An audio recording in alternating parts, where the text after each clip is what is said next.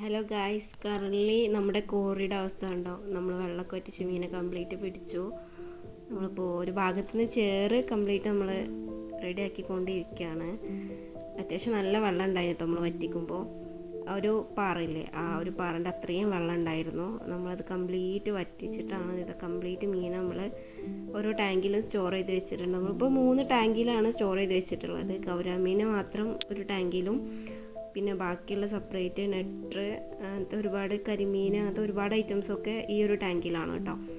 നമ്മൾ വീടും കോറി തമ്മിൽ ഇത് ഏകദേശം ഇത്രയും ഡിസ്റ്റൻസ് ഉള്ളൂ കേട്ടോ. അത്രയും അടുത്താണ് കോറി വരുന്നത്.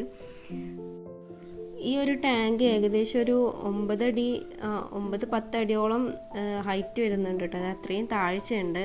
നമ്മൾ ഇതിപ്പോൾ തൽക്കാലം 2 സൈഡും നമ്മൾ കവർ ചെയ്തിട്ടൊക്കെയാണ് കുട്ടികളൊന്നും ചാടാതിരിക്കാൻ വേണ്ടിയിട്ട്. ഇതിലൊരുപാട് മീനാണ് കേട്ടോ. അപ്പോൾ നമ്മൾ തൽക്കാലം ഇതിന് ഓക്സിജനൊക്കെ വെച്ച് കൊടുത്ത് സെറ്റ് ചെയ്തൊക്കെയാണ് ചാവാതിരിക്കാൻ വേണ്ടിയിട്ട്. ഇനി വേറൊരു ടാങ്ക് കൂടി വരുന്നുണ്ട്. ഞാനത് നെക്സ്റ്റ് വീഡിയോയിൽ എന്തായാലും കൊടുക്കുന്നുണ്ട് കേട്ടോ.